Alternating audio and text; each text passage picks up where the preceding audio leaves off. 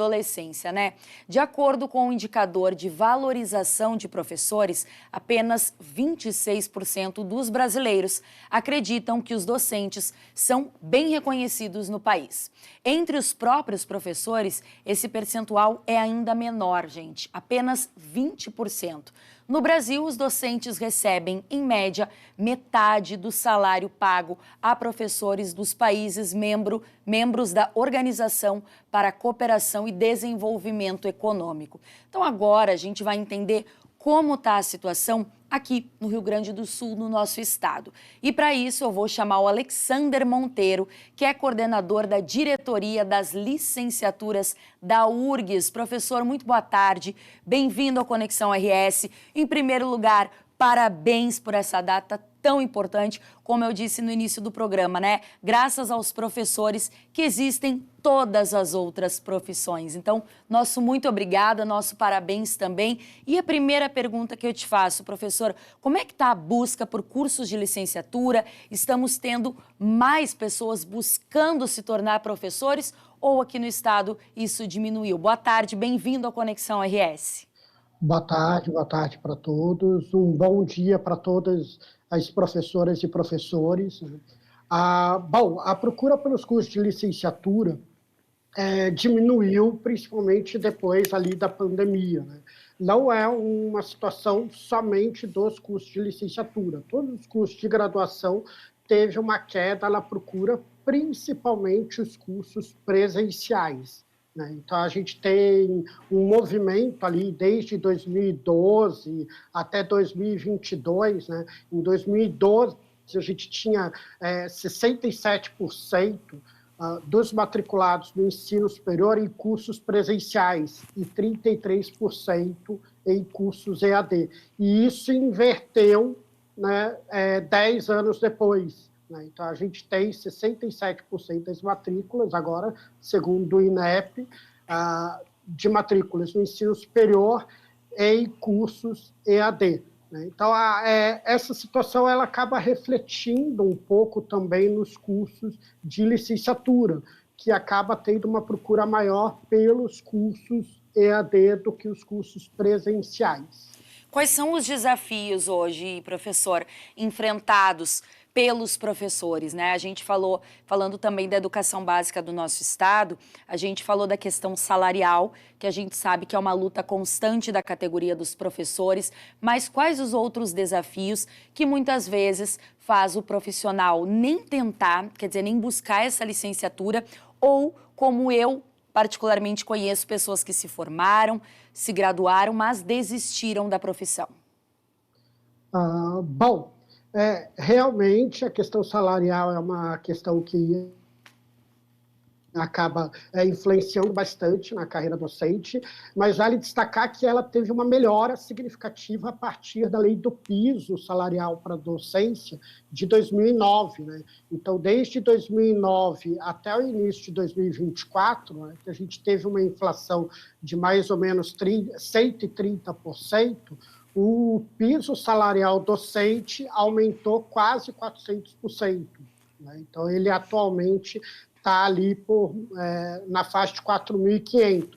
Mas a gente vê que isso ainda não é suficiente. Né? Parece que tem algo a mais.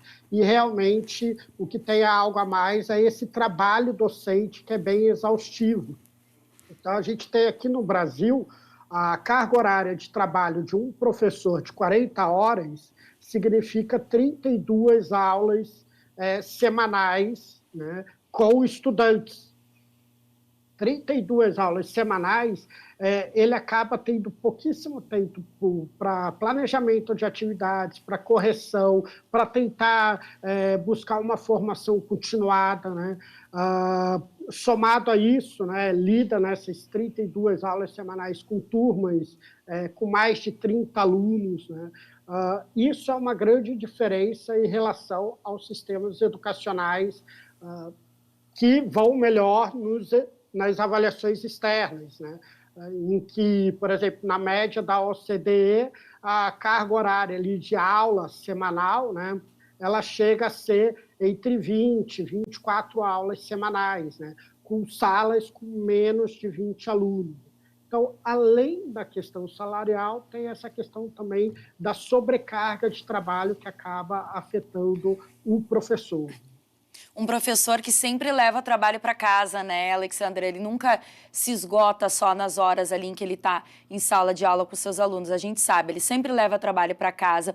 E outra coisa que eu acho importante a gente falar também é a questão do respeito em sala de aula a esses professores, né? Não são raros os casos e vídeos que a gente vê muitas vezes de agressão a professores em sala de aula, de desrespeito aos professores em sala de aula. Então é importante a gente falar e saber, é notório isso, que muitas vezes um professor desiste dessa profissão, não só pela questão salarial, não só pela questão de horas trabalhadas, mas também por não se sentir respeitado em um ambiente onde há um líder, e esse líder é o professor, mas os alunos não entendem isso, né? Queria que você falasse um pouco sobre isso também. Sim, né? A grande parte dos professores ali da educação básica já sofreram algum tipo de violência, né? Física ou moral, ali pelos alunos, né, ou dentro ali do contexto de trabalho da docência, né. Isso acaba também afetando a procura pelo trabalho docente, né, em que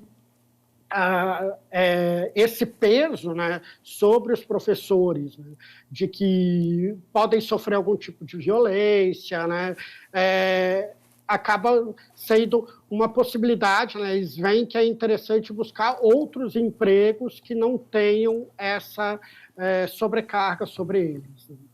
E a formação continuada, professor, dos docentes, tem recebido o apoio necessário, tu acreditas?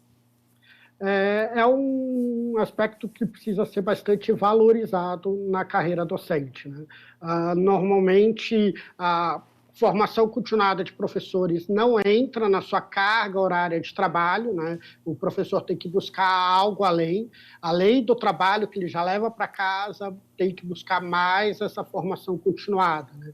E o ideal é que essa formação continuada ela pudesse ocorrer dentro da própria escola, né? Que ela fosse um motor de mudança ali, de movimento das atividades que ocorrem dentro da escola, considerando o contexto de cada uma delas. A gente sabe que escolas mais centrais, né, e mais periféricas, elas têm grandes diferenças, né, em relação ao desejo ali dos estudantes, né? Então, é preciso considerar isso também na formação continuada, né, no planejamento das aulas pelo professor. Falando dessa formação continuada, e aí acho que a gente pode falar um pouquinho dos desafios que o professor tem também, Alexandre, em relação à inteligência artificial, ao uso de tecnologias. A gente sabe que tem muitas coisas em sala de aula que competem com a atenção que o professor merece, né? Falando ali um pouco da educação básica, ensino médio, enfim. Como é que o professor lida com isso? Como é que ele tem acesso a essa inteligência artificial, a essa tecnologia, principalmente em escolas públicas, que a gente sabe que a situação é bem diferente das escolas privadas. Quer dizer, a tecnologia já está inserida no dia a dia dessa criança, desse adolescente. Então, esse professor também tem que ter acesso a isso e usar, explorar esse universo em sala de aula. Mas é desafiador também, né?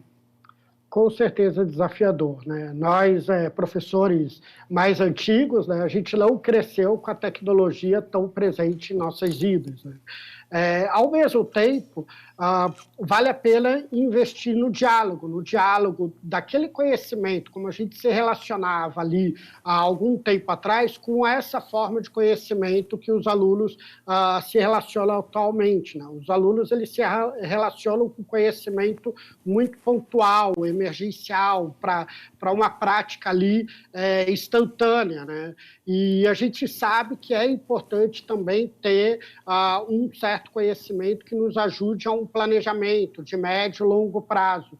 Então, o professor precisa buscar isso e as ferramentas digitais, elas são essenciais, né? O uso de novas tecnologias para ampliar a comunicação, né? Então, pode-se aproveitar, né, esse espaço de diálogo para tentar essa interação entre essas formas de conhecimento.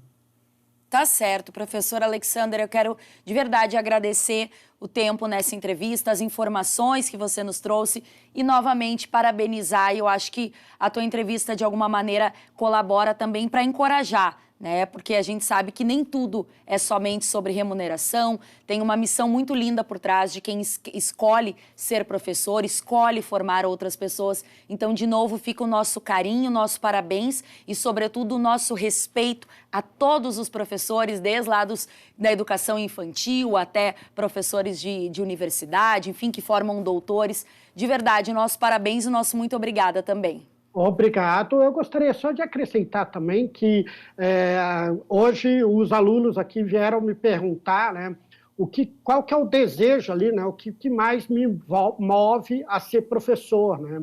E eu até gravei um vídeo. O que mais me move é a interação com os próprios alunos, o quanto a gente pode aprender com eles e dialogar. E isso move a gente como ser humano, né, tentando aprender mais. Vale muito a pena ser professor, ainda que tenha todos esses percalços. Eu sou docente aí já há mais de 20 anos, eu trabalhei na educação básica por mais de 10 anos, né? É uma experiência muito significativa. Com certeza, não tenha sombra de dúvidas. Obrigada, viu, Alexandra? Aproveite aí bem o teu dia. Brigadão.